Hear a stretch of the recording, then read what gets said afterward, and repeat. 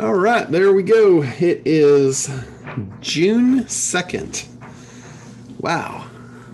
Summer is here. Excited about that. Starting to warm up and get out there on the water. All right, I have one question that got emailed in this morning in relationship to SitePop and our new GMB tab. And unfortunately, it's a little premature. We've released it out as a beta version. I don't even have the explainer tutorial of how to set it up yet. So it is not really meant to be used at this point. It's a pre-release basically. So if you want to play with it, you can do that. But I'm not sure that it's 100% ready. I'm probably going to be releasing an email. I'm thinking next week when we do our official launch on it. And what it is, it's our SitePop software, just another tab on it to promote GMB sites. That's the Google My Business sites. So at this point, or at the point when we release that, it will work for Google, Bing, YouTube, Amazon, and GMB sites. The other thing that's really exciting about the new release is I believe at the same time, we're going to roll out the version where you can use multiple projects on the same phone. And I know a lot of people have been waiting for that one, and I'm included in that group. So the other thing about that, when I say you'll be able to use multiple projects on the same phone, you can only use one of each of the projects. Like on one phone, you could use Google, Bing, YouTube, one of each of them. You can't use one phone for multiple Google projects. So that is, if that would be a drawback, that would be the only one to it.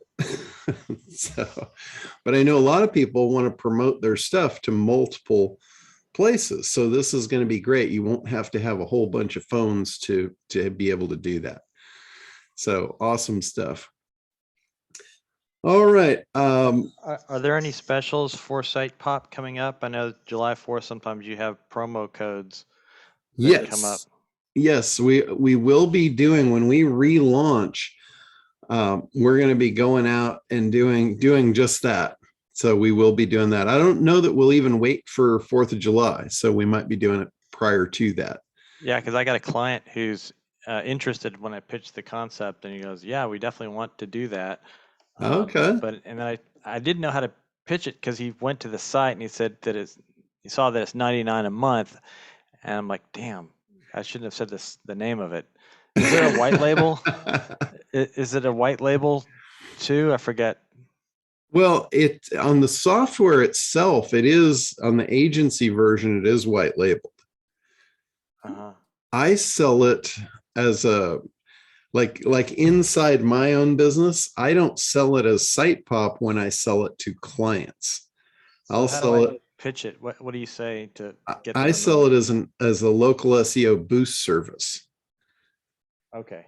That's the way I pitch it out, because then that's kind of generic. They're not gonna be able to like find it anywhere. Yeah. So, but if they search SitePop and they go to our retail SitePop site, yeah, it's way more expensive. Okay. So how much should I charge if we can, so that I can price it in wholesale? Well, like for me, what I charge $97 a month if I'm going to do it for a retail client. Okay. And when you get the SitePop software, if you get the agency version, it's typically $197, and that's for 50 projects. Oh. So if you sold 50 projects at $97 a month, you'd be bringing in $5,000 a month for $197 cost, which is pretty phenomenal. Well, if I can, what I'll do is I'll just say, hey, it's 197, and it's the Mhm. new version's going to have the Google My Business. Yeah, and then you've got It'll your have the cost covered for right, the whole thing with one client. right, right. That's what I got to do. Yeah, I have a bunch of people that sell it for a lot more than I do. You know, I've traditionally been lower on all my prices on the retail stuff because you know, over the last, I don't know, 5 to 10 years or so, I've shifted gears out of the commercial world and, you know, trying more to help small businesses. Yeah. So I haven't been padding the prices like I used to. You know, when I had a commercial client, SEO, you know, anybody getting SEO for me, it was like a $5,000 minimum per month.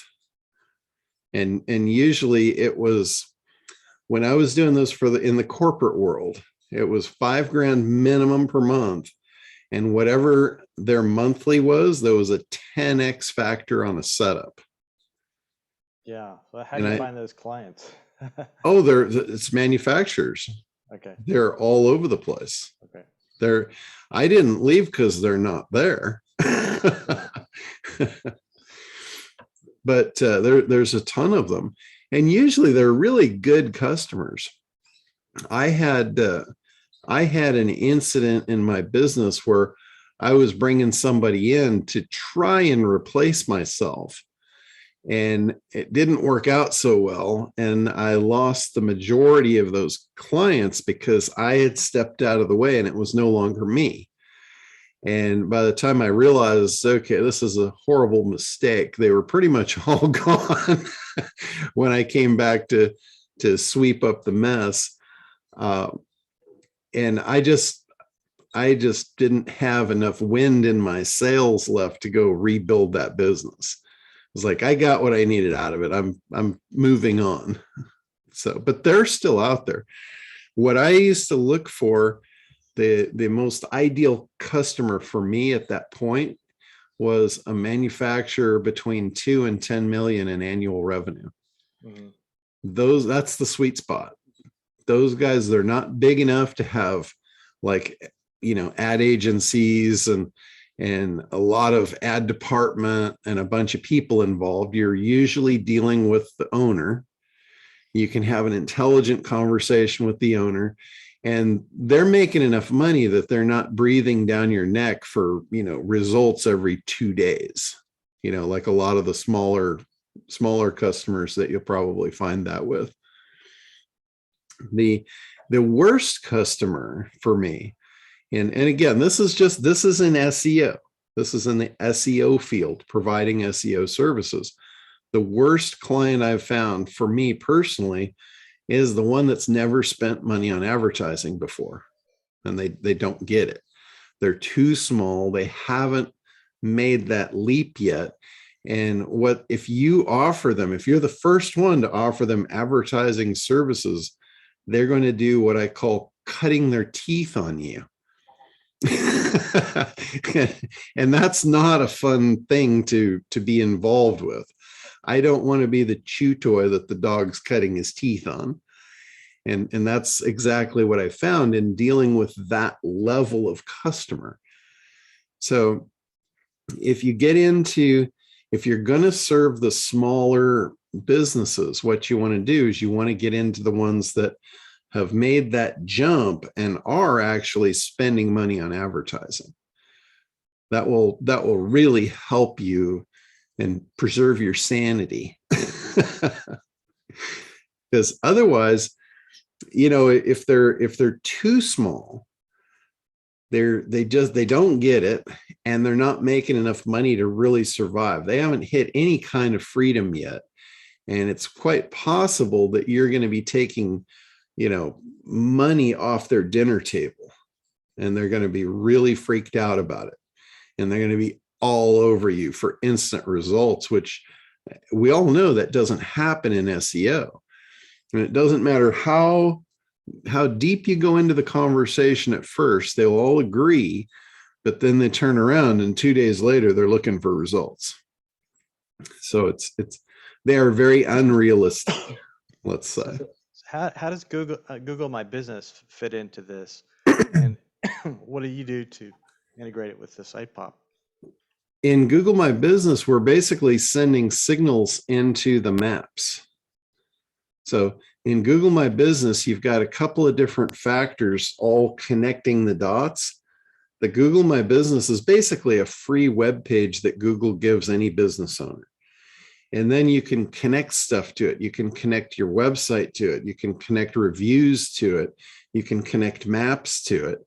And the more people that interact with it, the more people that pass through from it, to your different stuff. Like say they look up directions to your place, or they call you, or they click to go through to your website. There's all kinds of different functionality that you can plug in to be able to interact with your customers. And the more Google sees that interaction, it's just like what SitePop does to your website. It sends people there. So Google sees, oh, there's interaction with that website. People understand that brand. Here's the keywords they're looking for when they go there. And it just gets to understand who you are and what you should be ranked for. So the site pop or the new version would go to not only their website, but also the Google My Business free page that is set up? If you set up the GMB in SitePop, it's a separate project. Like in SitePop, you can set up a different project for Google, Bing, YouTube, Amazon, and now the GMB. Each one of them is a separate project. They send signals to different properties, basically for the same purpose. You don't have to use all of them. You could just do the GMB. Like we're going to be doing a webinar out to a guy that he's got GMB customers, people that service the industry. So we'll probably pick up 50 to 100 agencies when we do that promo. And they're all serving specifically GMBs. We're doing one next week to a group of agencies that serve YouTube. So we're doing, I'm doing the webinar specific to that. We'll talk about the others, but the webinar will be dialed into them. And back to the ACT program, that's what you do. You figure out what the audience wants.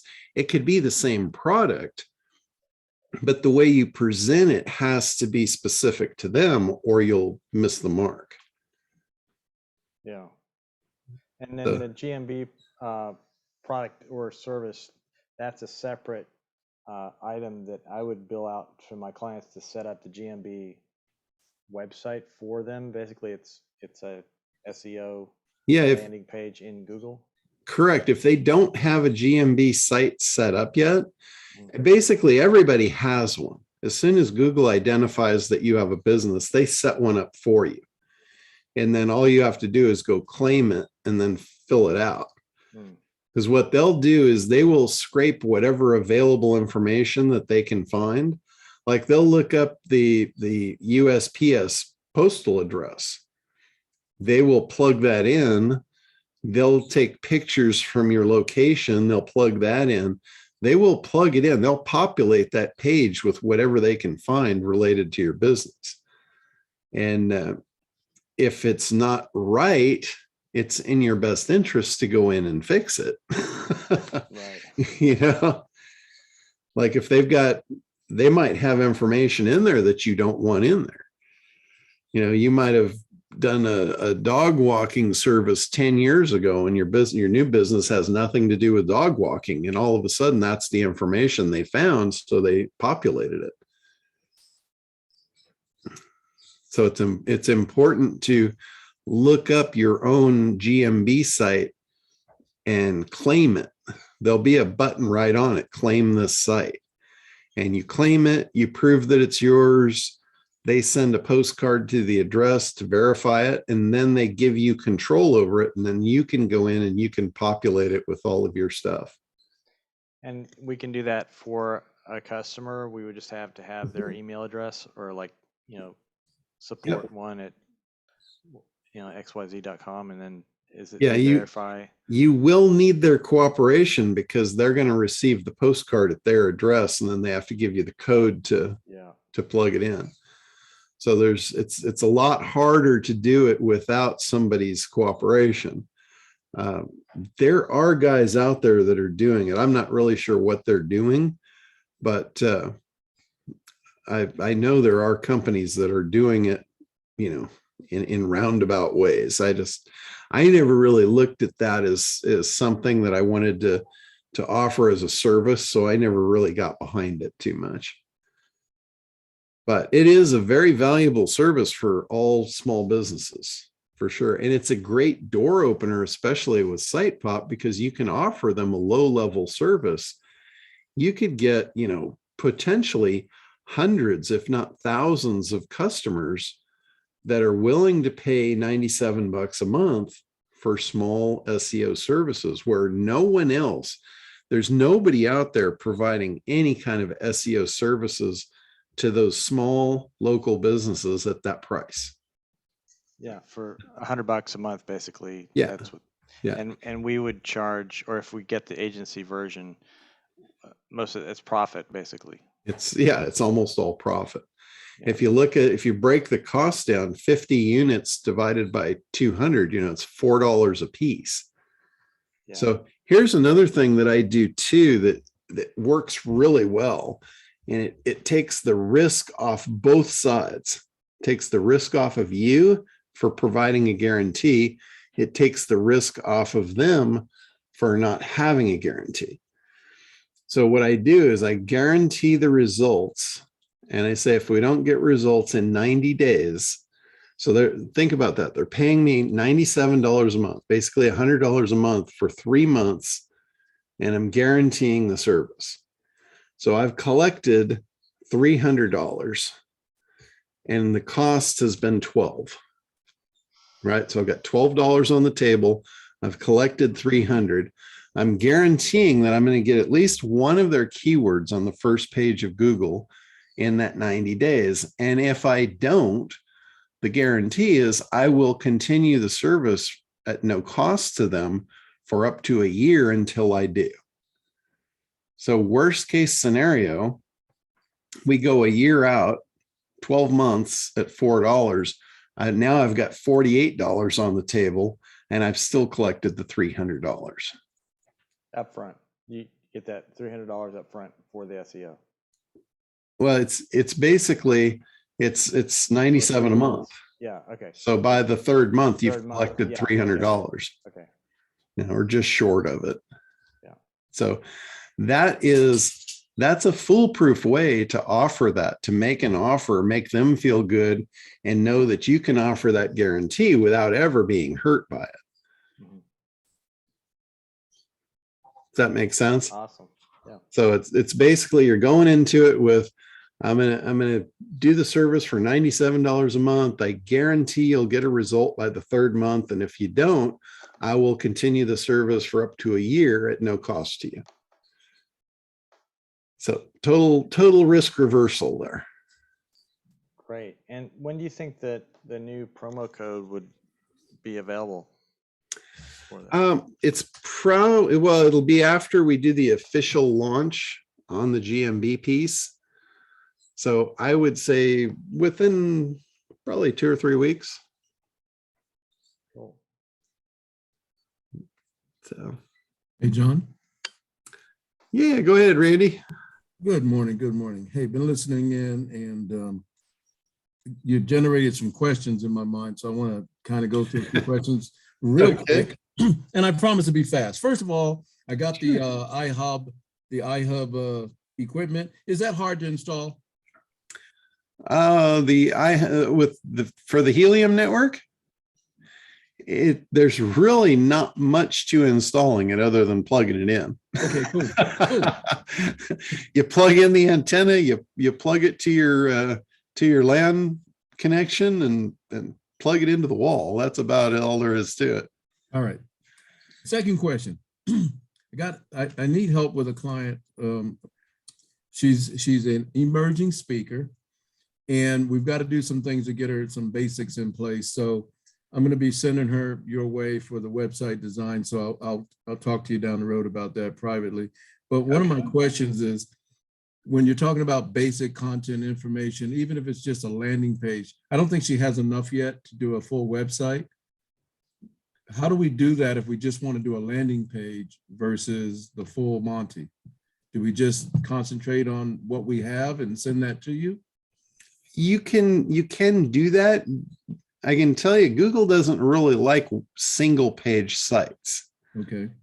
What I would do is I would spread the content. It might be thin, but at least it will be spread into a real looking website. Okay. Like, you've got basic stuff. You've got contact information.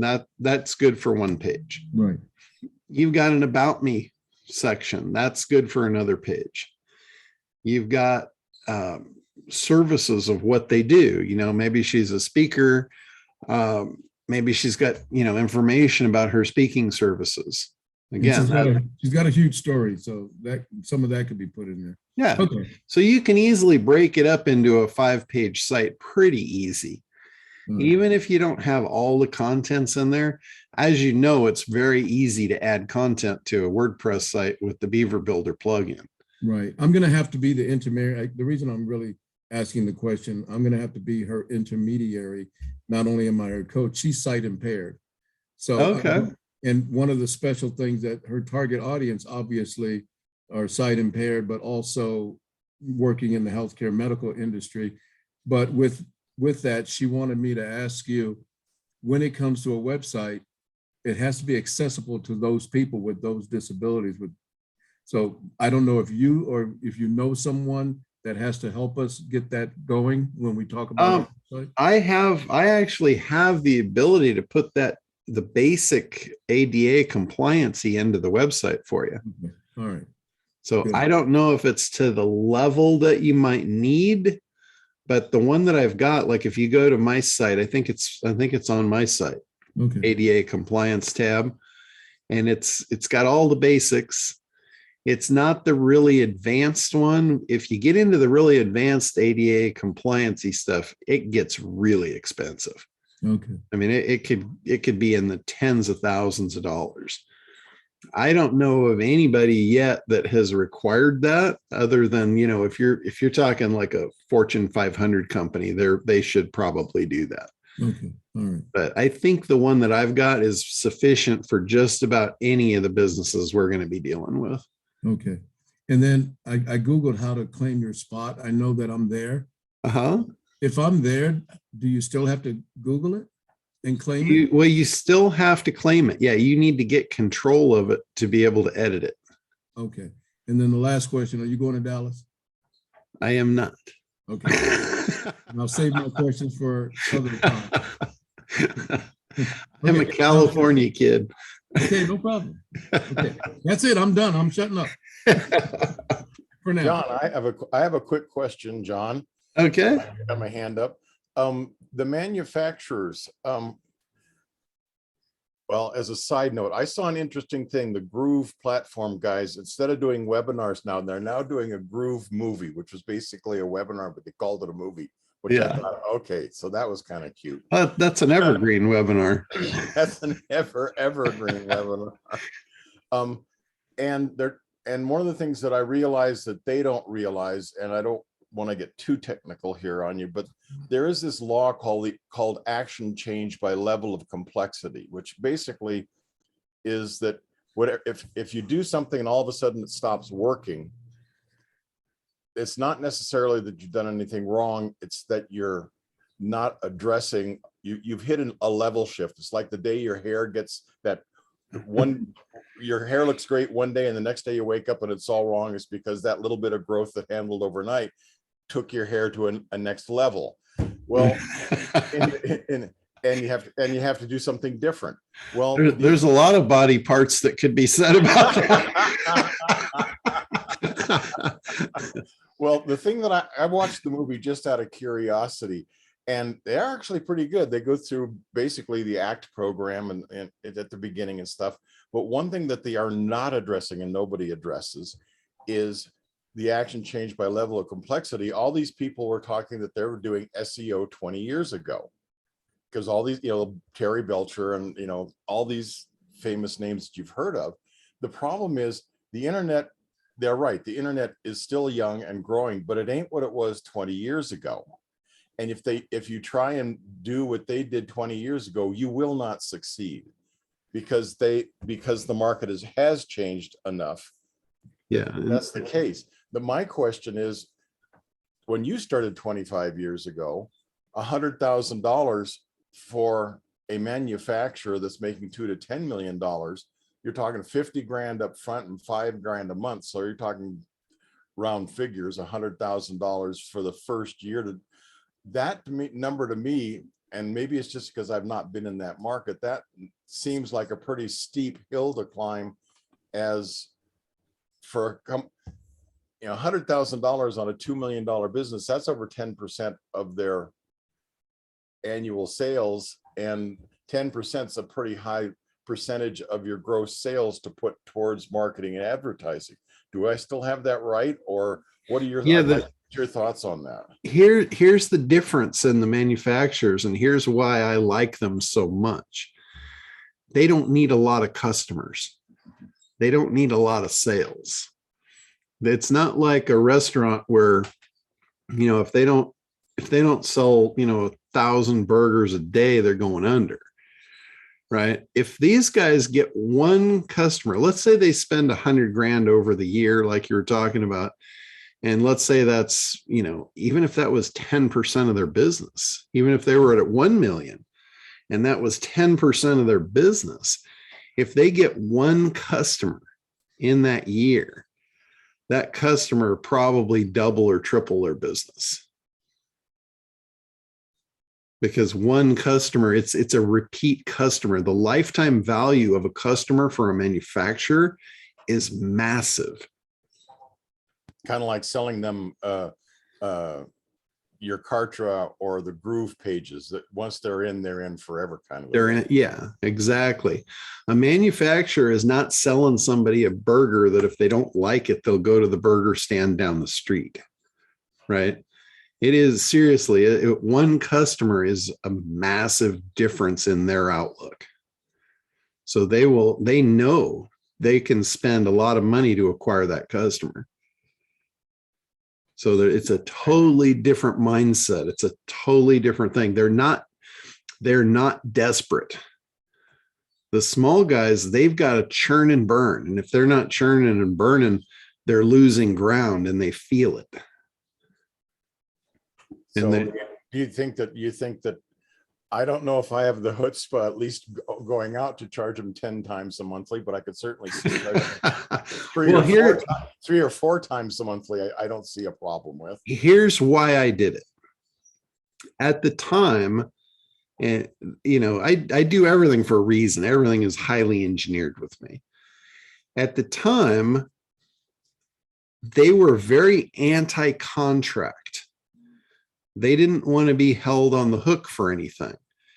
So I knew going in, that's a high risk for me, because I know in what I did, there was a shitload of work in the first few months.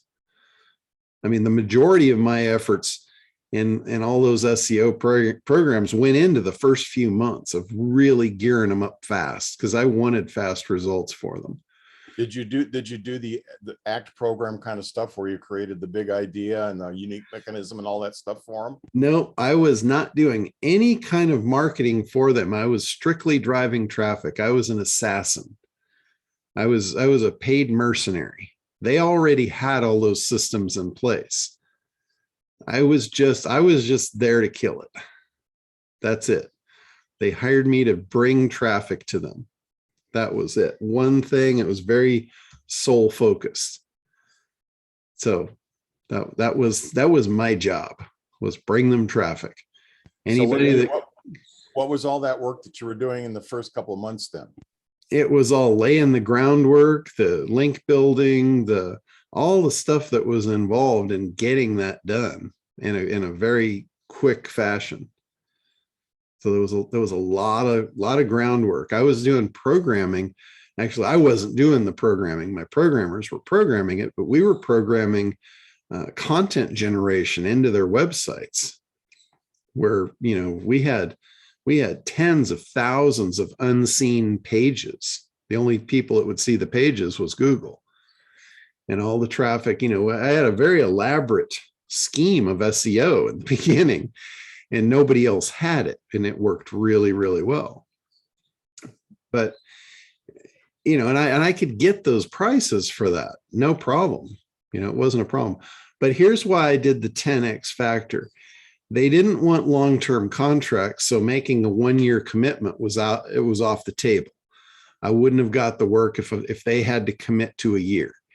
So what I did, knowing that if they don't have some skin in the game and they don't see results in a few months, they're going to back out. Here, I've done all this work that I can't undo and take away from them. So I charged them a 10X factor to get started. At that point, if they've spent all that money up front, they've got skin in the game. They're very unlikely to pull out 3 months in because they're going to lose all that investment. That's why I did it that way. Very wise. I ran into the same problem when I was doing it. The next question then is, referring back to our action change here, now that you've got site pop to throw into the mix, is all of that, those hidden content and all that stuff at that level still necessary? Or no, SEO is a completely different animal today than it was back then. I mean, we're talking about, this conversation goes back 20 something years. The stuff that you're doing 20 something years ago is not going to be the same as the stuff that you do today. You just said what I said at the beginning of the conversation. That's exactly the point. So and how does the strategy change now?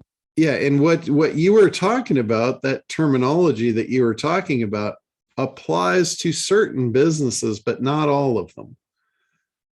It doesn't apply to necessarily to manufacturers so much. They could be doing the same process today as they were doing 50 years ago, and it still works.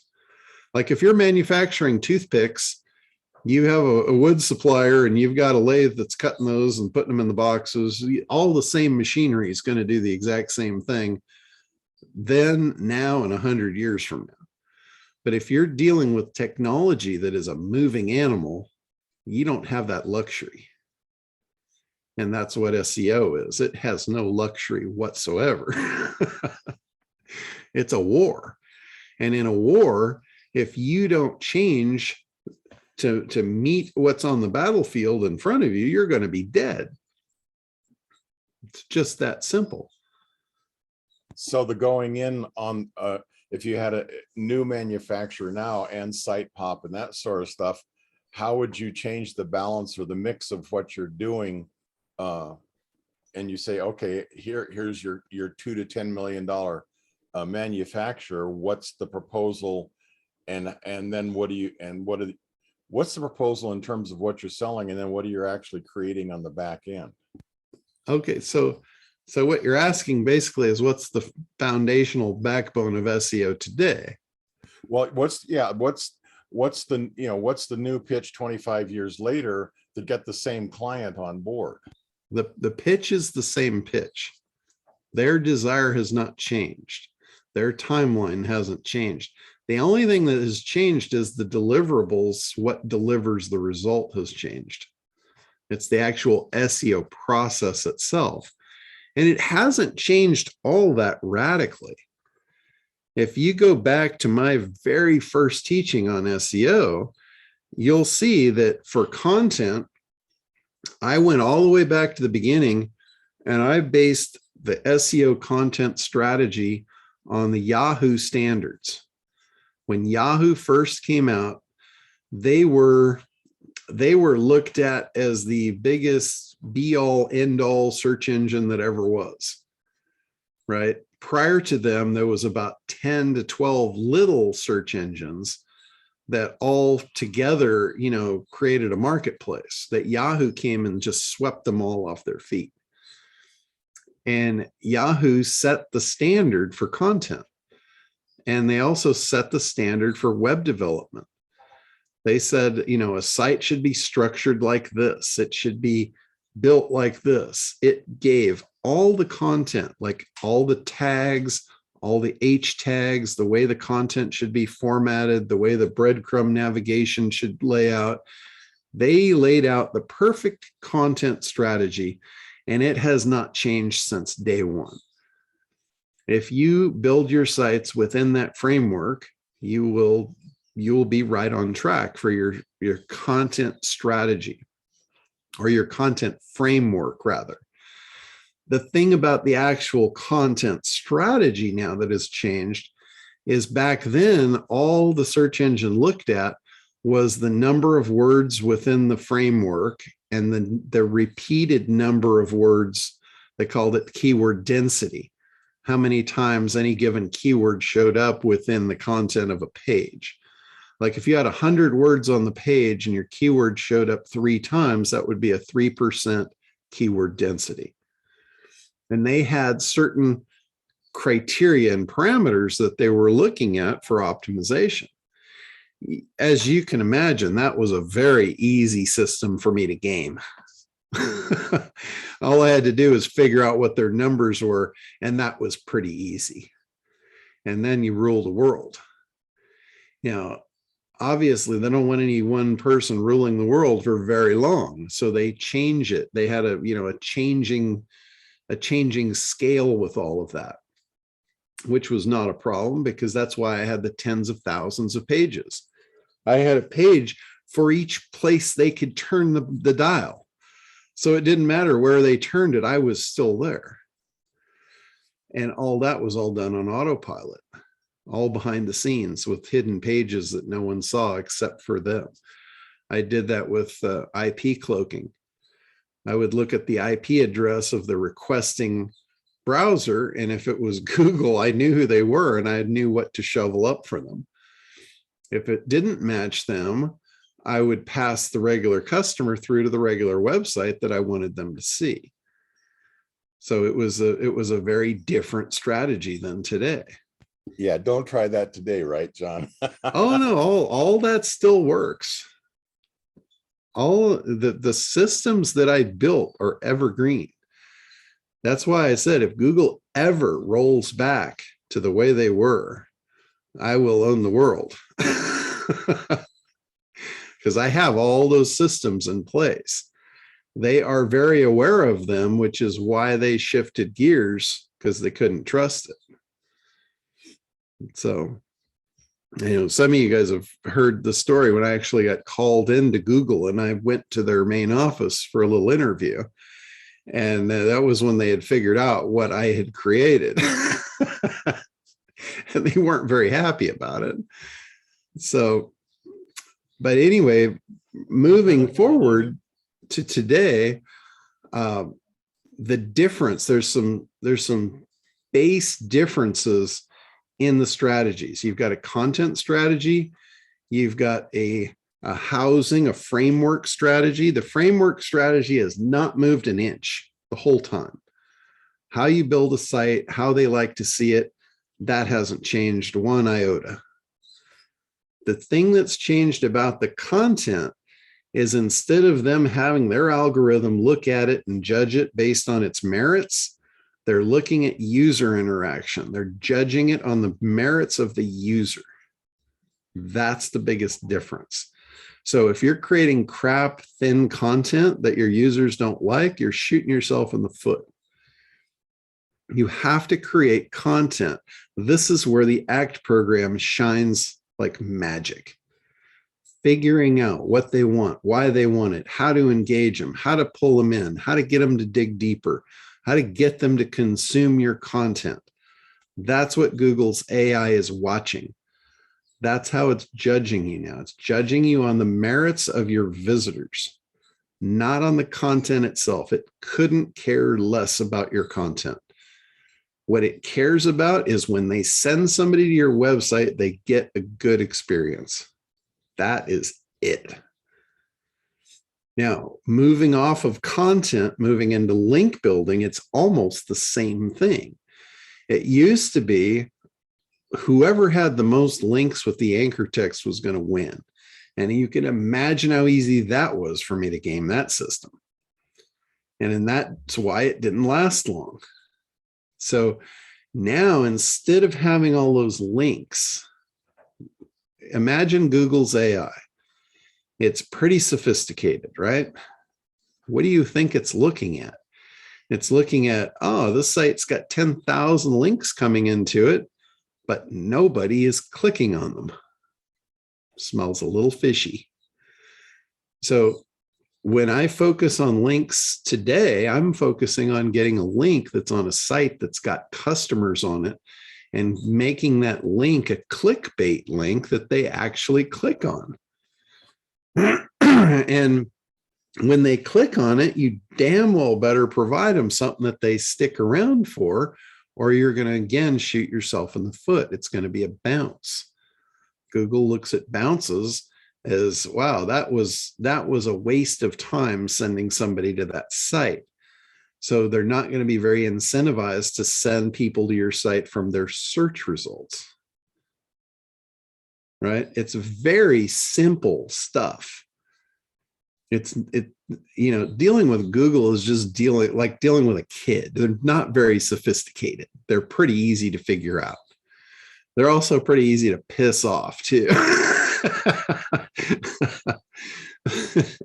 So in a lot of ways, SEO has actually gotten simpler if you have site pop in your pocket to go do it. That just really changed the game fundamentally, it sounds like to me. And I don't want you to get the wrong idea about site pop. Site pop is not a savior.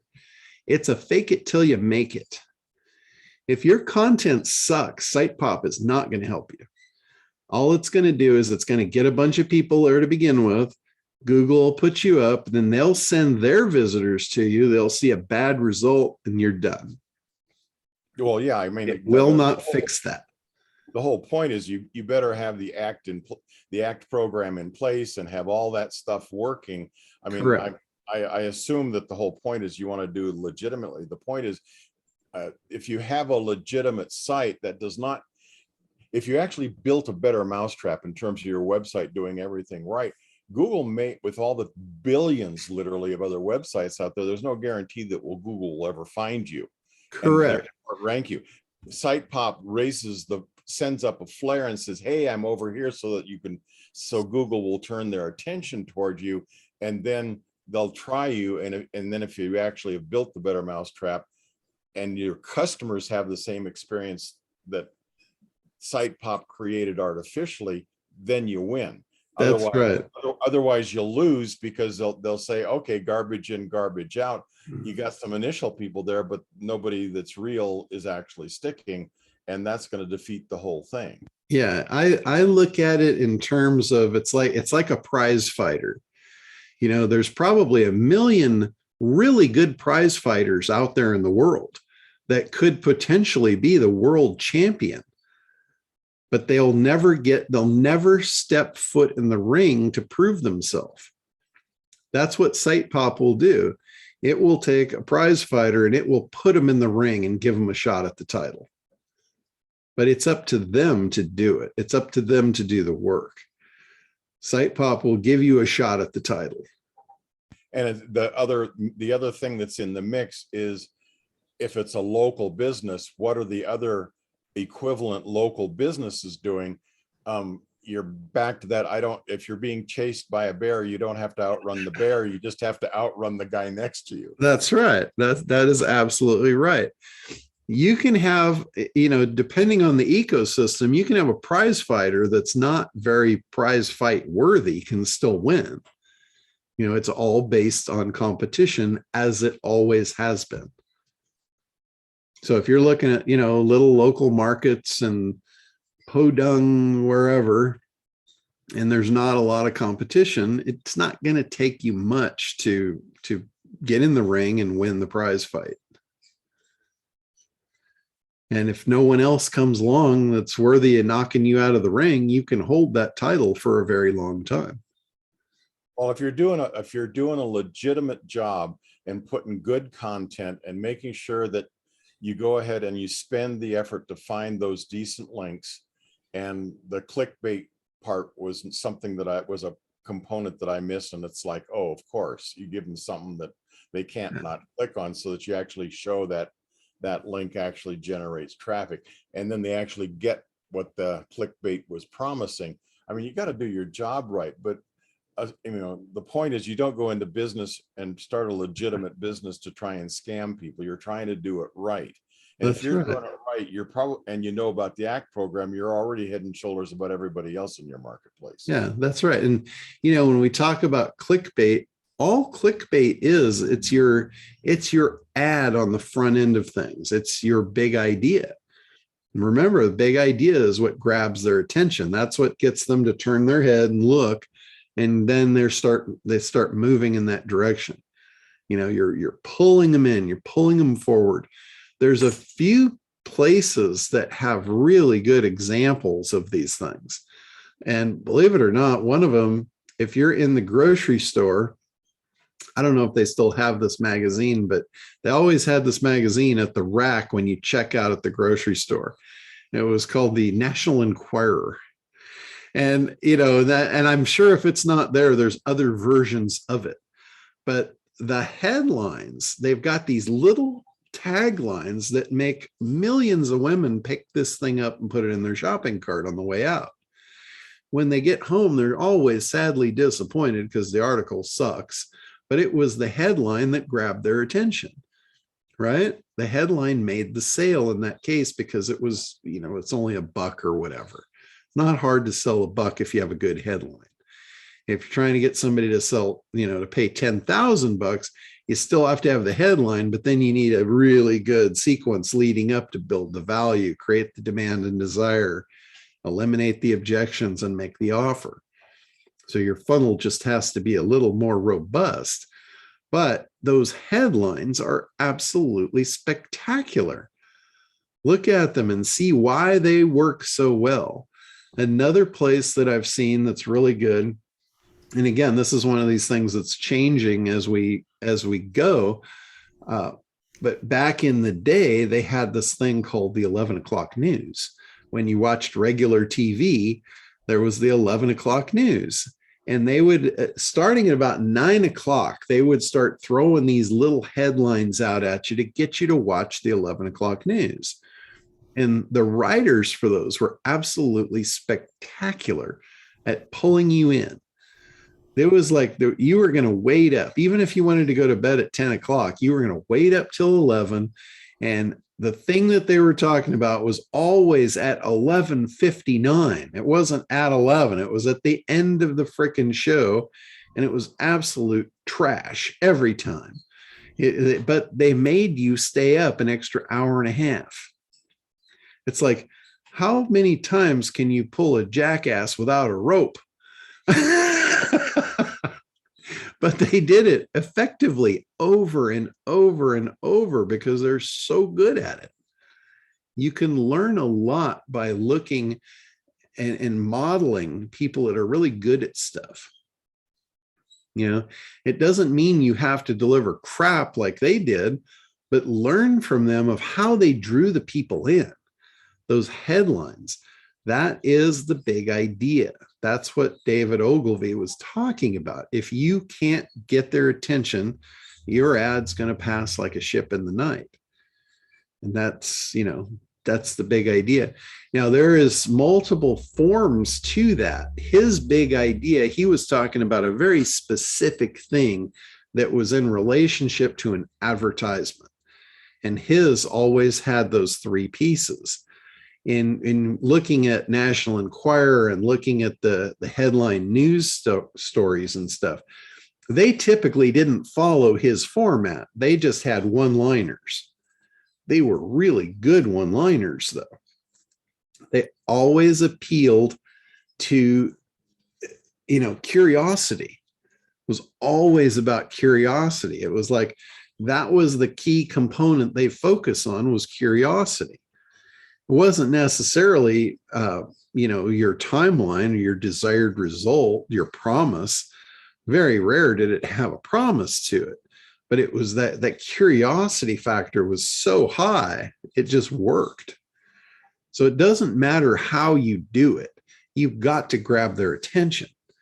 If you're working on clickbait, you don't have time for 3-piece big idea in a clickbait. All you have time for is that little one-liner headline thing. And, that's where you look to National Enquirer. They're the best in the world at it. Headline news. John, it's still the best entertainment you can get for $3.95 because inquiring minds want to know. Exactly. Back to the whole curiosity factor. Their whole logo or their whole brand revolved around curiosity. Inquiring minds want to know. And they're basically in that, if you think about just that statement, inquiring minds want to know, what are they telling you? You don't have an inquiring mind if you don't buy this. It's like a slap in the face. It's like, in marketing perspective, that's like the guy that says, if you don't really want to be successful, you probably shouldn't go any further with this. You shouldn't even read my copy. That's gold. Oh my God. I'm going to use that. That is so gold. I had this one sales guy, and I heard him say this to somebody one day, and it just made me want to crawl under my desk and hide. He said, so you're really not interested? And then the next thing he said was, do you mind if I put your name up on our board here of people that, I forget what it was, but I'm going to put you on my list of unsuccessful people or something like that. and share it with everybody in my office. And I'm just like, oh my God, what are you doing? But you know what? He sold the guy. It turned the conversation. He sold this guy. He had some of the weirdest angles and approaches of just beating people up to get sales. And that is not my style. That is the furthest thing from my personality that you could possibly get. But it worked for him. And apparently there's a lot of people out there that love abuse. And they're not my people. Apparently, I just don't resonate with them. And that is perfectly fine with me. I saw that in action. I hadn't seen that in years, John, because it hopefully most of that bad behavior is trained out of people. Oh, it's not. It's not. And I saw he was a true huckster. He was a vendor that was asked to speak at one of Craig's events back in February. And he almost sounded like an evangelist. If you want success, if you really, so he's using all of these power words and emotional sticks to poke at people. Mm-hmm. And I was sitting next to Katrina, and I said, Katrina, I'm going to go down. She goes, you are not going to go down. I said, no, I got to hear this guy. This is good stuff. She goes, you are not going to do that. And I watched it just, I was never going to go down. I was just giving her crap. But he got a group of people huddled down to the front. And once he did, he forgot about everybody else. Your guys are special. You're the ones. You're going to lead the. And I'm like, oh my God, I can't even believe this guy is doing it. And he was still doing it. He was tracking those of us that, because it was a small attendance, he was tracking those of us. Why didn't you come up? You'd be really good at this. No. Yeah. Yeah. And if you look at all of his stories are aligning you with that. Like I liked his specific story about when he was on a football team, and they're going into the locker room, and above the locker room door, there was a sign for players only. Oh yeah. Are you a player? Are you a player? Only players get to go here. Yeah, exactly. So it's all just, everything that is effective is highly engineered. Very few sales processes are just haphazardly effective. Not to say that I haven't seen some people that just flat didn't know what they were doing had a successful sales system. Sometimes it was because they got lucky and they just had something that people had to have. That was more than likely what it was. But you can, if you have a good framework for a marketing campaign, it really, and I hate to say this because it really sucks. If you have a good marketing framework, you can sell a whole lot of absolute crap. And I don't like that being true, but it is. It is absolutely true. Not to say that I want you guys to build and sell crap, but that's how effective a good marketing campaign is. Look at the pet rock, John. That was something totally different. That was, I'm not even sure what to call that other than pure insanity. Mood ring. That's like people just, that you can just chalk that up to people do crazy shit. That's what that is. It was great marketing, though. It came in a cute little box with a cage, and it had a name, and it was painted, and somebody had taken And let me ask you, how effective do you think the sales of the pet rock would have been if they didn't have a marketing campaign? Didn't Robert Kawasaki do that? Rich Dad, Poor Dad? I think he did it. I don't know. That demands a Google. It wasn't good enough to catch this mouse. I didn't even look at it. You saw the whiskers too soon, John. Oh my God. That was just, I'm just going to leave that one alone. I don't have anything good to say about that one. That was Gary Dahl. Okay. And it came in a carrier with a little straw nest underneath it. Yeah. He came up with the, do you know how he came up with this? Believe this or not? He came up with the idea in a bar while listening to his friends complain about their pets. This gave him the idea for the pet rock. Who says you can't come up with good ideas when you're drinking? Yeah. Well, if you think about it, all he did was he listened.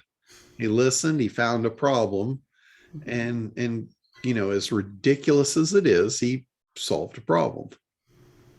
And in a very humorous, joking fashion, it became it almost became a movement. But as popular as it was, how unfortunate, the guy only made $1 million. As the fad fizzled, it estimated he had sold 1.5 million pet rocks for $3.95. Not bad haul for devising a preposterous but pleasant pet. Yeah. But did he ever do it again? Was he ever able to repeat success? No, it couldn't be a pet rock or even its cousin. It would have to be some other, crazy notion idea. Yeah. See, that's what I talk about when I say every once in a while, you will see somebody hit it big by chance, by luck, that's a perfect example of that. It's not repeatable. They don't know what they did or how they did it. There was no science behind it. But one good marketing campaign, and I've said this in some marketing campaigns, I've led off with it. One good marketing campaign can change your life. Because business owners or people that want to be business owners, people that are entrepreneurs, if you could sum up what it is that they want, why they're going to do what they're doing, what do they want to do? They want to change their life. It's very ambiguous. It's a very broad statement, but it allows them to paint the picture of whatever it is that they want to change it to. So the statement of one home run marketing campaign can change your life forever is very powerful. I was actually thinking about that last week. I showed the enormous faux pas I did with the ad that I created for Google. And I was thinking that might be a good headline to come to roll back onto, is one home run marketing campaign can change your life and business forever. That's a pretty good promise. And then the unique mechanism would be the 3-step process. I don't have to necessarily say ACT, but I can say the 3-step process used by ad agencies for over 100 years with 100% success ratio. That's curiosity factor. So again, I'm saying what the unique mechanism is, and I'm also saying it in a way they've never heard it before. So I haven't got it down on paper, but that's kind of over the last week. That's what I've been kicking around in my head of what to do with that. So I think I'm going to roll that direction as far as a big idea goes. The other thing that came through this week was, and it wasn't something I hadn't seen before. It was Perry Belcher giving away his 4 cheat sheets for copywriting. And I'd seen the ads on Facebook. They looked really good. I listened to him. I love Perry's stuff. Perry is one of the greatest copywriters that I know. He doesn't credit himself. He always credits the big ones before him. He always plays it down and he's not that good, but that's bullshit. He is about as good as it gets in copywriting.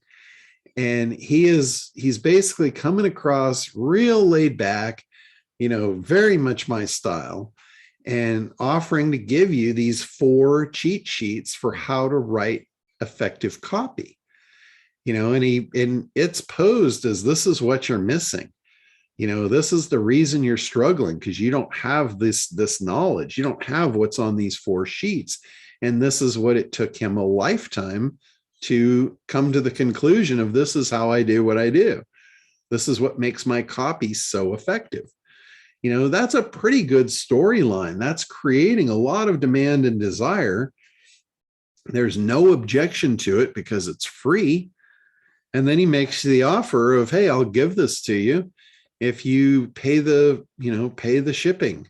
It's like $7 to ship it to you.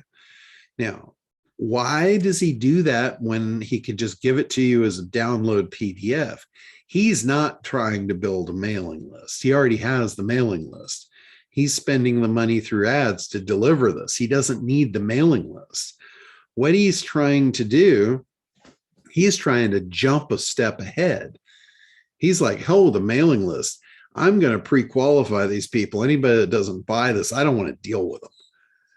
So what he's doing, he's 100% focused on changing the relationship from prospect to customer right now. Not going through any kind of long process of follow-up and this and that. He's like, bullshit to that. I want the serious and I want them right now. So he's like, here's the thing. It's worth $7. Buy it or not, I don't care. So when you buy it, naturally it comes with a back-end upsell.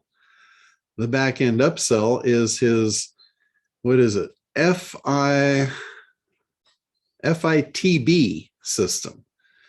He put an acronym to it, the FITB. It stands for fill in the blanks copy system. And that's what he sold on the back end of it. It was a few $100, for the system. And I thought, this is awesome, fill in the blanks copy system. This is like his magic sauce, right? I don't know if it's actually what he uses. I doubt it.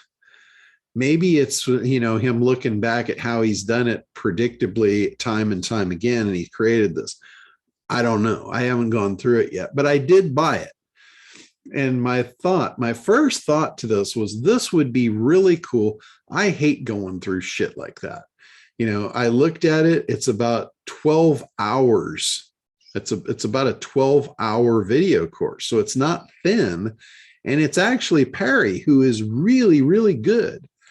So it's going to be like a really good spend of 12 hours, but I know myself, I'm not going to spend 12 hours doing it unless I make a commitment to somebody to do it with them. So just like when I bought Frank Kern's Mass Control way back in, whenever that was, I bought it. I told everybody else, I said, don't buy it. It's $2,000. I'll buy it. I'll tell you if it's any good. So I bought it and everybody was on the edge of their seats. Did you open it? Did you open it? I'm like, no, I didn't open it. Weeks and weeks went by. And every week on the call, people are like, it just hit me up. And at some point, it just got embarrassing. Like I paid $2,000 for this thing. And now it's sat on my desk for, 3 months. And I haven't even opened the box yet. So finally I said, look, I know if I commit to do this with somebody that I will actually follow through. So what I did was I said, I need like, I think I did 6 people. So I need 6 people to come out, make a commitment with me. We'll sit in my living room and we'll watch this thing together and have a discussion over it. And we'll all learn together with it. And I immediately had 6 people sign up for that. And I think I charged them $495 each. So $500.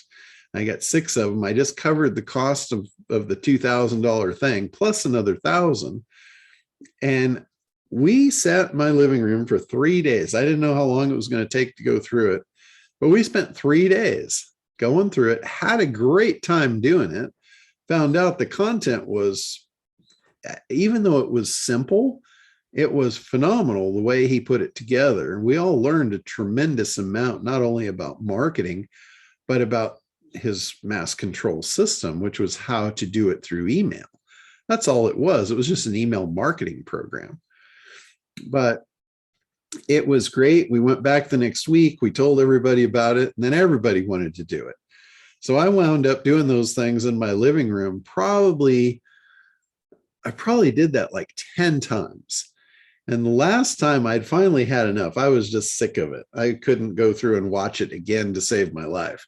So I said, look, I'm going to do it one more time and that's it. I'm done. I'm over Frank. And I had people begging to come to that. I'd filled the 6 slots and I'm like, all right, I'll take another one. We put another chair out. And I think we had like 15 people sitting in my living room this last time. And the last ones, I said, all there is left is floor space. If you're okay with that, then come on down. And it was really cool. That was a great time to do that stuff. And I thought, why don't I do that again with Perry's stuff, but up the level, and we'll just do it on the boat. We'll do it at sea and have a great time. Maybe we'll go over and sit at Catalina in one of those bays, and what a great place to have an office space, right? So that's what you guys probably got that email yesterday I sent out saying that I'm going to do that. I haven't really picked a date yet. I was thinking about the next weekend, which would be 11th and 12th. I know that's a little short notice. I had a bunch of people already email me, so I would love to do that, but too short a notice. But I may still just do it anyway if I can get a few people that want to do it, and then we'll do another one later. So I was going to say you could always do a few more later. Yeah, exactly. I'll have that boat for a while. But anyway, I just think that would be really cool, and Perry definitely has a lot of value to provide. That is no doubt about it. So who knows? Maybe we'll even get Richard on a plane out here. I don't know. I seriously considered it, but it's. Do you know the infection rate's 5 times what it was this time last year? So. Yeah. No, I don't blame you at all. That's why. Well, not the only reason. That's one of the reasons I'm not going to Texas. Not the only reason, but anyway. But I know there's a lot of locals here, so it would be cool just to go through it I'm sure there's a lot of stuff that I will learn out of it that I can translate into the group and, possibly into make another module in the copywriting piece of the ACT program too. Because copy I'm pretty good at it, but I haven't really figured out what makes me so good at it yet. If I learn a little bit more from Perry, maybe I'll be able to, teach it better, put better structure. Like with the ad agencies, it's really easy for me to look at what they're doing and pluck it apart and turn it into formulas. It's very formulaic. And I'm hoping Perry is the same way. If he's as formulaic as ad agencies, I will be able to do that. I'll be able to put formulas together for what he's doing and how he's doing it. So all part of the process. It's just, some people want to go along for the ride and be part of it. So, all right, let's see what else. There was some other stuff. We got the launches coming up with the software. I know that doesn't apply to a lot of you guys, but again, it's marketing. It's finding. Here's the thing. It's finding the right audience. It's all about traffic. Once you've got your thing, once you've got your sales system, whatever it is, if it's a funnel, if it's a presentation, if it's a webinar, once you've got that and you've got it good, now it takes traffic. Even if you've never used it before, you've got to send traffic to it to test it. You'll find out where the flaws are. That's where I do a lot of webinars. I will find somebody that's got a group of people that's who I want to target, and I'll give them a cut and I'll have them put me on a webinar with them. And a lot of times I pay more doing it that way than I would if I were to just spend the money on the advertising myself. But it's just so much easier for me to just be put on a webinar, do my thing, and walk away with a bag of cash. And it goes right into my motif of being lazy. So lazy or effective, one or the other. I like the way they both Definitely fit in. Effective. I like the way they've both fit in the same bag and I can carry them together. Mm-hmm. And then the other thing too, that I've been really missing the mark on, and I know I could do a lot better at, is creating affiliate marketing materials. Because I know a lot of you guys have expressed an interest in selling the ACT program and a lot of the different services and stuff that I do offer. Somebody pointed out to me the other day, they're like, a lot of the stuff I hear you talking about, you can't even find it on your website. And I'm like, yeah, that's kind of a thorn in my side constantly, because I don't do good marketing for myself. It's a little bit thin, John. I've been looking, as you know. I thank you, by the way, for reviewing my little report. I appreciate that. And I wasn't referring to you, Richard. It was somebody else that hit me with that again too. But like for instance, the programs about the funnel club or funnel camp, traffic camp, and the ACT fast start. I did those as live events. They're all up. They're all evergreen. Those could be available, being sold 24/7. But I just kind of filed them away after I did it. I never promoted it, never put it out there. It's not even on our affiliate page to sell. It's like there's no access to it. Even the ACT program doesn't have a lot of, promotional materials. I do have a couple of landing pages up, but I have done a very poor job at that. And I've still done okay. Because I bring it to the right people. I'm involved in the right groups that I talk to. And, these are groups that I made it for, so it naturally works. It naturally sells very well into those groups. but I just haven't done, I just haven't done a lot of marketing and promo on it. And I usually, the same thing, like a lot of people ask me why I am not doing more SEO because I've got all the teams in place. I just don't want to sell it. I sell it. Any SEO projects that I've been doing for the last probably 10 years have been through my resellers. I let them make the sales on the front. I let them make the retail money on the front. And I just have my teams do the work on the back. We do it at a wholesale level. We're effective at it. We're cost effective at it. And I just let them have that part of the business. I don't need it all. And I kind of look at that the same way as selling all of my stuff. I would rather have affiliates sell my stuff and make that money and share the wealth and have everybody be profitable instead of just me making all the profit and, rather share the wealth and less work on my part. If we're going to be honest about it.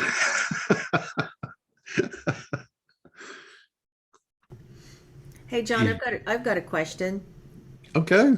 I got a call from, I don't know, they're offshore, and I've had 2 or 3 calls like this, so I'm beginning to think it's pretty much scamming. But they told me it's like getting these phone calls. I used to do these when I was a punk teenager. I'd call somebody and say, "Hey, did you know your refrigerator's running?" Right? So better go catch it. Better catch it. Calling the store and go, "Hey, do you have Sir Walter Raleigh in a can? You better let him out."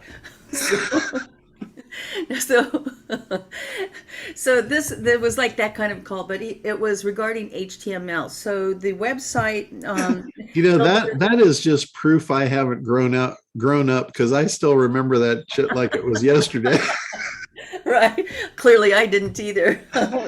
I was the instigator in all of these groups, and we would make these silly calls. But this web service called me and said, "Were you aware that you have all of these HTML errors on your website?" No, I didn't. Why would I know this? Yeah. And so it takes me out to validator.w3.org, and he says, just put in one of your, put in your website. And so I put in miracles, and of course it populates, a bunch of errors and HTML errors, and I'm looking at it going, if I was having some serious errors, wouldn't I know this? Yeah, that's a common scam deal. Is it? Yeah. Well, I figured, I said, well, gee, how much would it cost me to have those taken off? And I'd seen a couple of things on the errors, like, it said the something in an edit was using an out of date whatever, and I'm like, well, it's working, so I figure if it's not broke, don't fix it. So then he said, well, you have a worse one. I said, really? How would you know how many websites I actually have? And he says, well, wait a moment, I just, and so he's off, way offshore, and he pulled up Test Drive Freedom, which hosts all of my back end things, and he came up with 25. And I said, so what's the average? I mean, doesn't every website have a bunch of errors, out of date, whatever this, or an app or third party that's not up to date? And he goes, oh no, Mom, we can fix these right now. And I'm like, okay. Is it based on number of errors? Because I'd like a discount on that one. If this one has more errors, it shouldn't be the same. So once you're born a salesperson, John, you can't help this because it's just in my blood. But he wanted $500 a site. We could fix it for you right now. I said, I think I'm going to take it to my hosting site and figure out if that's no, Mom, right away. And I said, oh, no, pressure sales tactic when I hear it. I said, I'm getting an allergic reaction to this phone call. I have to go. Yeah. We build a whole entire site for $500. Right? And we're going to take care of 25 of your errors that basically are probably there by nature. So I just thought I'd run that by you to see if anybody else is getting scammed, or to be aware that you will get a call soon. No, that's pretty common. I get the same thing. Like, it's funny. They're trying to sell me on SEO. And they're saying, yeah, we've discovered stuff in your site that's not SEO friendly and all this. And I get a kick out of those. Every once in a while, I'll actually get on a call with them and have them pitch me on SEO. And they're doing shit that's like 20 years old. And it's like, that still work for you? I'm like, can you show me an example of a site where that's working for you? I think because most people don't know. They don't know any better. So it's great to talk about these things when they come up so other people are made aware of it as well. Yeah. I actually trained an entire group of people in India on how to do the right SEO because they were pitching me on it. And at the time, I'm like, I am looking for another source of this, but nothing you've told me is anything that I would pay for. And they escalated me up to one of their owners. And I said, hey, I need a good team. I don't really want to go over there and build it, but I would like a team that will operate on my standards. If you'll allow me to train your team and get them up to speed where there's a service I can buy that does what I want it to do, I'm happy to do that for you. And he did. He let me train his entire team. And now they've got effective services for me. So that was pretty cool. But not all of them are open to that. Well, that seems like a win-win. I mean, they get to use your updated tactics on all the rest of their clients and, they serve you. So, I mean. But the thing is, I didn't tell them everything. Yeah, well, yeah. I've got multiple teams. So you don't tell every team everything. You keep them segregated and away from each other. So this team does this, that team does that, and it's just passed down like an assembly line. If you let anyone know everything, then you're obsolete. That was one of the best lines in Top Gun, which I highly recommend. It was a very exciting movie, but Tom Cruise is talking to one of his students, and the student says, "Well, of course I can beat you. I know everything. I know everything about this course, and I'm sure I'm going to botch the line, but he basically said, no, you know everything that I taught you." Yeah. Which was the best. It is just the best line. I know everything. I took your course. You only know what I taught you. Yeah, exactly. That is so true. And I mean, with me, I could never teach anybody everything because I don't even know what I've forgotten.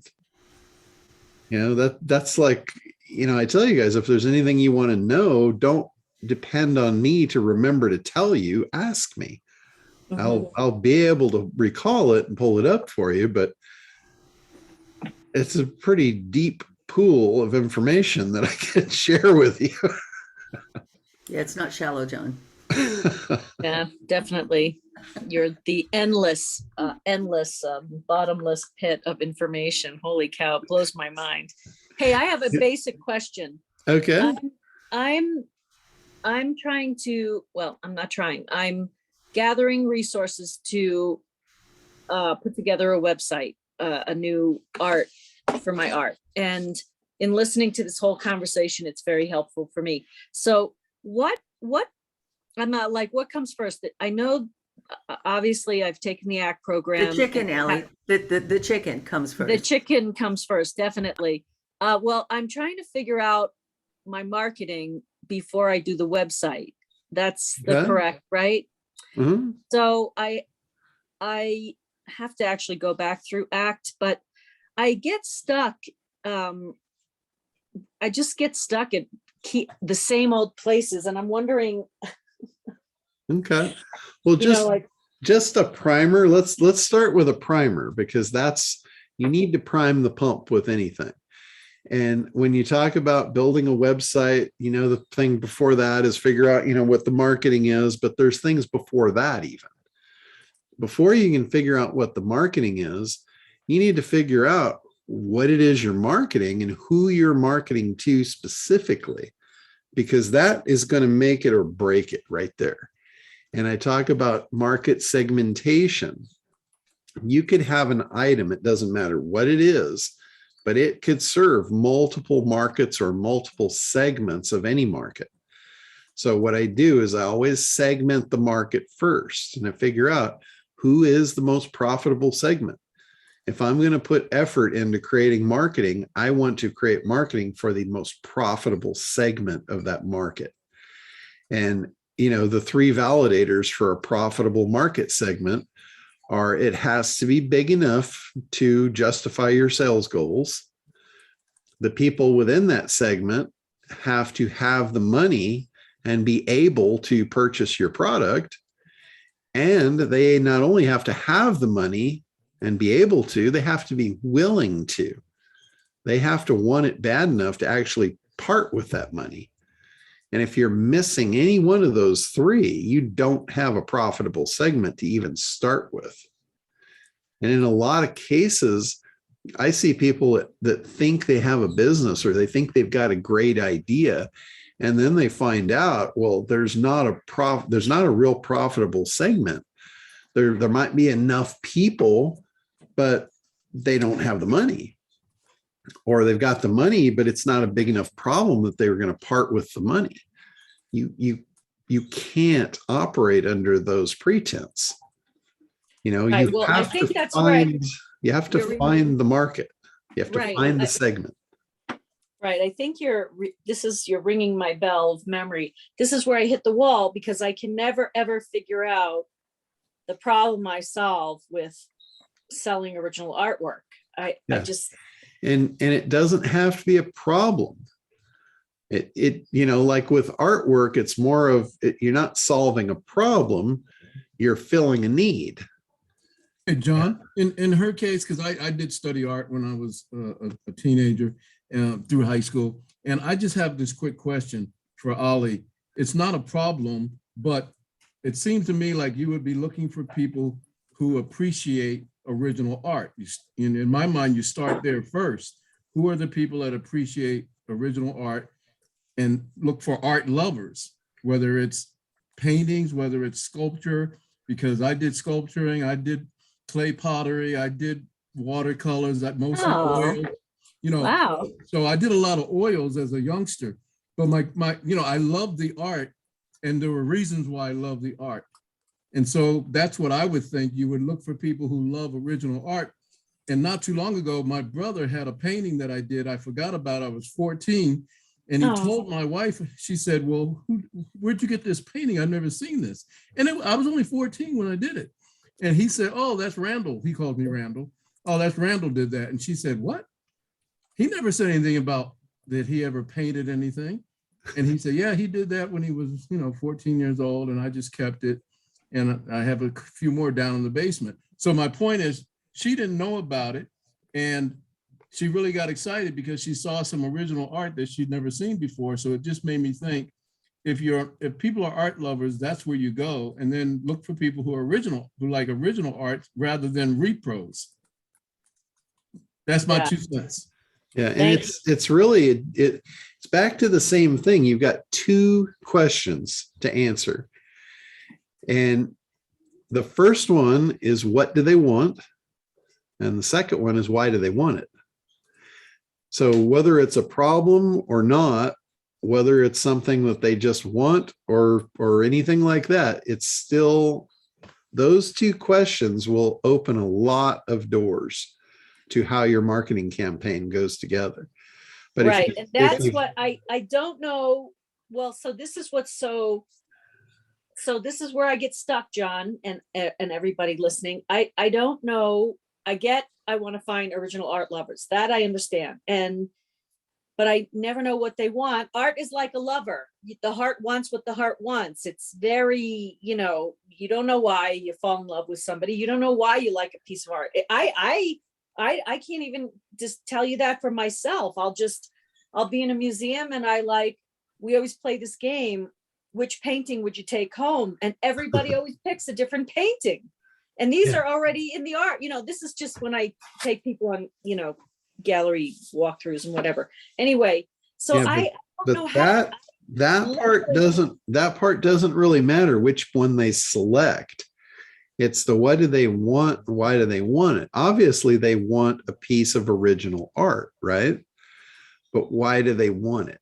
Well, one of the reasons they want it, I got to tell you, one of the reasons they want it, I had a friend who had, and he, he's a lot wealthier than me, but he found honestly just a big piece of driftwood, and he brought it home and he had the artist clean it up because he said, you'll never find this piece of driftwood anywhere else in the world. And he put it in his living room on his table.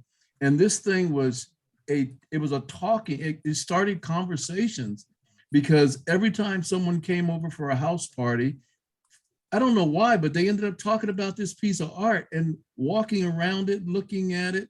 And Because I bet you it was a man, wasn't it? Huh? I bet you it was a man, wasn't it? Yeah, and it'll never be found again. So just because it's something unique and it can be a talking point or a conversation piece, a lot of reasons for wanting art, but that's one I know is real. So what is that? When you ask the question over and over and over to get to the bottom of why he wants it, you know where it lands? Significance. That's right. Exactly. That's right. He wants to be significant for, and it's for a different reason than why he wants wealth. He wants wealth for the significance of having his family look up to him like he's a hero. Yeah. Well, this particular cat wants the significance because he wants to be idled. He wants to be the conversation piece. He wants attention. He is that guy. So that's one piece. John, and like conversation openers, he wants to be the center of attention.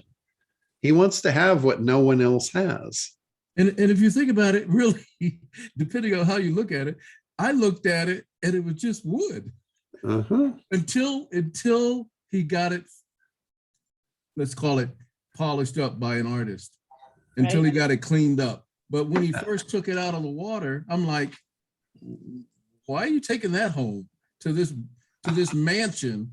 Why would you put that in your house? He's like, oh, you don't get it. You'll understand someday. And then when I saw it later, I understood.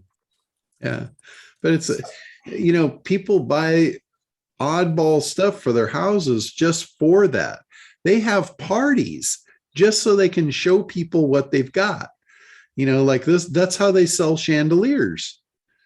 They don't sell little chandeliers, right? You don't go to the store and buy a little 12-inch chandelier. I don't think you call it a chandelier if it's little. No, you buy something that is conversation worthy. It's a conversation piece. When people walk into the room, that's the topic. You want to be significant. So you tell them where you got it, and it's the only one, and I'm the only one that has it. And it's weird. It's bizarre, but I can tell you it's very prevalent, especially amongst people that already have other levels of significance. Like if you've already got the level of significance that you take your family on vacation, they all look up to you. Now you're greedy with the significance. Well, it's like you said, you always want more, right? You want it beyond your household. You want it into the neighborhood. So you put this shit in your house and you invite them all over for dinner parties, right? That's the next timeline. Remember I say, when you get to the end of one timeline, it starts a new one. They are very easy to predict. So Allie, for you have to look at the timelines. You have to figure out, why does somebody want it? And that is the conversation. If you can't figure out what it is they want, why they want it, you can't have an effective conversation, and you'll never create an effective marketing campaign. But hey, John, doesn't that include her asking people what they want, though? That could be, but a lot of times they won't tell you honestly. You have to do a little, like what we just did. We just did a little intuitive work right there without asking anybody. Right. So you can ask, I mean, the more you know, the more powerful you become in the marketing scheme of things. But a lot of it's common sense. A lot of it is, intuition about knowing what you already know.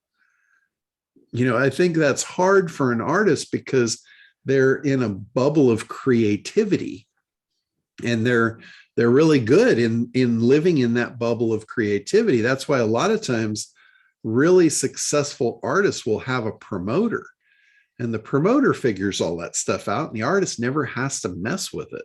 Right. They can just live in their little bubble, and they can be who they are, and they can be they can be awesome inside that little bubble, and they can create spectacular stuff that's worth a lot of money. But it's just like an inventor. An inventor is very much like an artist. An inventor is in that little bubble. They don't really know business. They don't focus on business. A lot of times they they go from the inventor into entrepreneur, trying to go into moving into businessman, and they never make the transition because they're too creative. They're too creative, and they're not logical on the logic side. And I'm not putting you down, Allie, saying you're not logical, but it's a balance. It's okay. I'm not logical.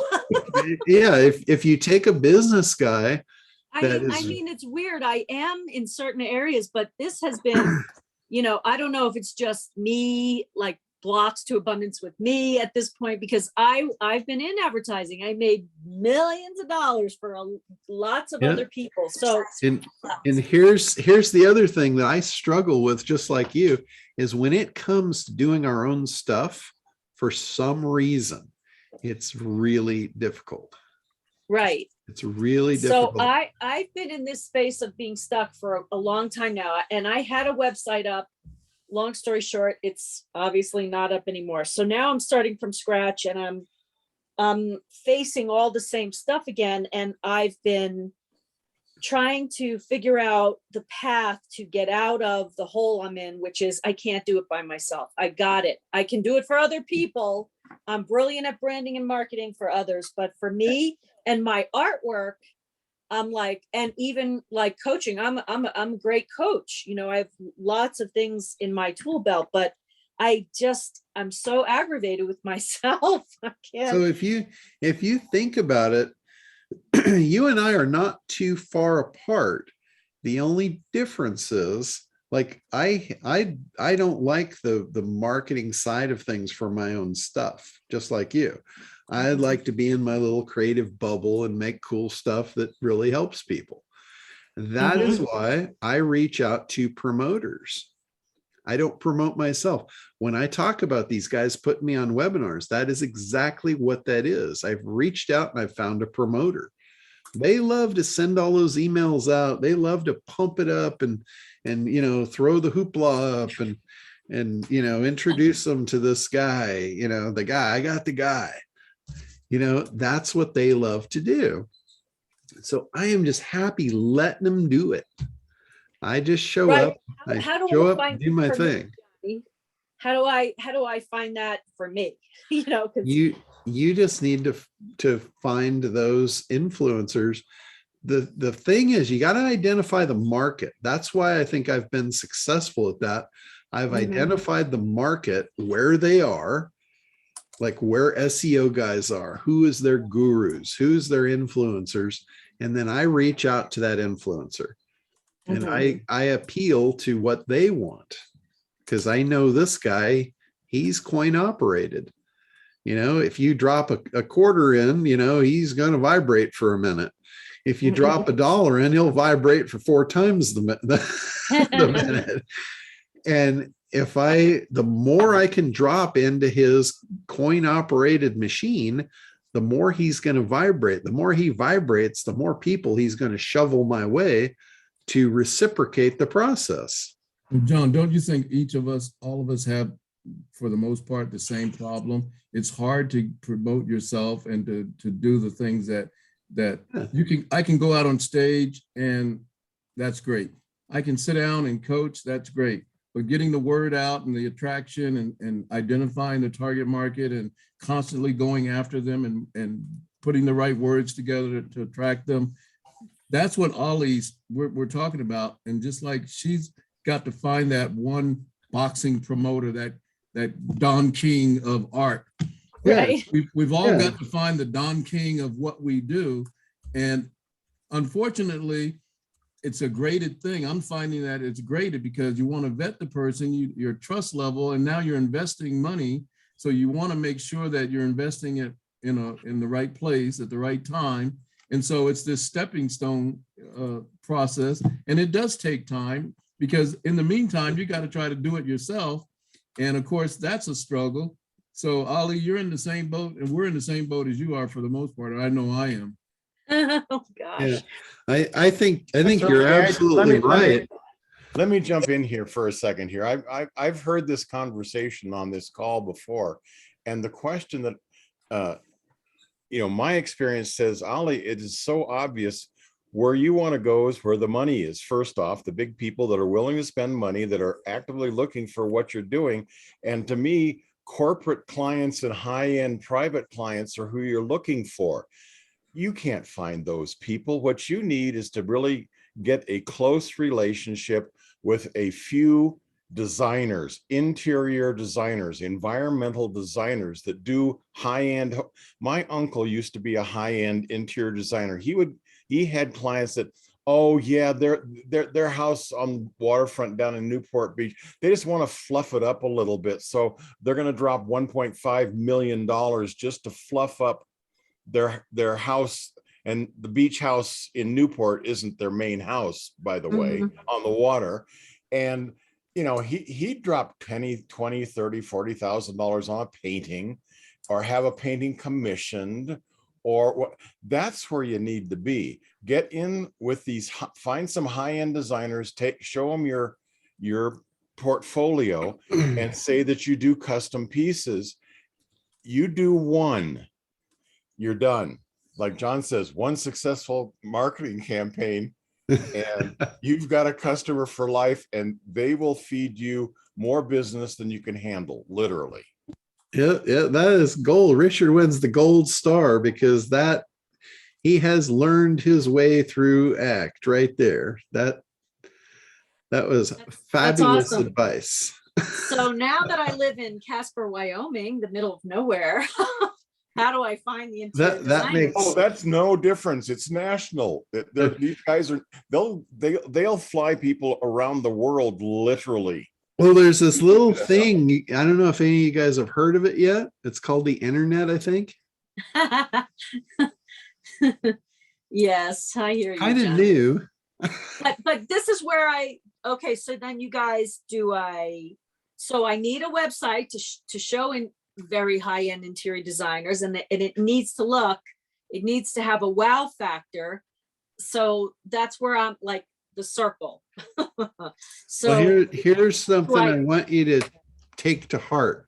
Okay. You don't need anything other than what you've already got to do this.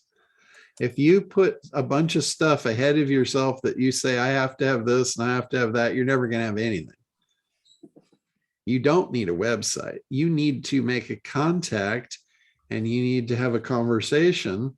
And if they need to see it, you can take a picture with your phone and send it to them. Hey, Ali, let me ask you a question, if I may. Yes. If I introduce you, make an introduction to you for a designer out of San Diego, would you be willing to show her your high-end, your best of the best art and have a conversation with her? Yeah. I'm going to see her in July at a meeting later this month. I think the early part of July, the middle. What would help me is if you told me what kind of art this person likes, because it's not about what she likes. She owns an interior design company. Okay. I'm going to send you a link that talks about her and who she is and all that, because she is a high end and she's doing a lot of work, exactly what Richard said, in high-end properties, in Las Vegas. She's got lots of projects going on from beginning to turnkey operations. So I'm going to have a conversation with her, and then I will find out if she's open to meeting you as an artist. And if she's open to it, then I'll make the introduction to you guys. And then Okay. the show is up to you, because Richard said something that just made me realize, well, heck, I know Tamara, and I'm going to be seeing her soon. And I'm going to Okay. send you a link right now that will tell you a little bit about her. Okay. Okay, thank you, Randy. Anybody else too? I always, in fact, when I was in New York and had my gallery, I had a gallery on 54th and 7th Avenue in the penthouse. And I was friends with a real estate agent who owned buildings all over Manhattan. And so I would have my work would be in their lobbies. And then when people would want to sell their Manhattan apartments, they would hire stagers. And then I got connected with a couple of people that did staging. And then sometimes they would say, you can buy the entire apartment, like fully, furnished, and the artwork and everything. And then I would get paid that way too. That was always a fun way to just, make a painting and sell it. So anyway, that's a way I've done business too. And when I was in the city, I also did a creative team building event company where we would work with teams from corporations, and instead of like having everybody go to Puerto Rico and get drunk, we would make murals or artwork that I would then put together and install in their corporate headquarters. Anyway, so I've done some good and fun stuff, big stuff, but it's been a long time. And now that I'm in Casper, I've been like scratching my head, because it's still like it was 40 yesterday. I see Linda in her sleeveless and I'm like, oh, I miss LA, I miss California. Anyway, thank you, Randy. And thank you guys for helping me. I really, really appreciate it. No But problem. yeah. Her name is Tamara Romero. So when you see a note, it'll be from her. Okay. Or it'll be from me talking about her. Okay. Okay. Thank you. Thank you. Whew. All right. I just realized what the time was here. We've been on here for an hour and 45 minutes. Yeah, we're getting the run up on the crypto club. All right. So I'm going to go ahead and wrap her up for this week and be back next week, regular time. So we will Okay. talk to you then. See y'all soon. Thank you, Bye. everybody. Bye. Okay, Go on. bye-bye. Great session, John. Thanks. Sure. Yeah, really Thank you. powerful. Thanks, John. You got it.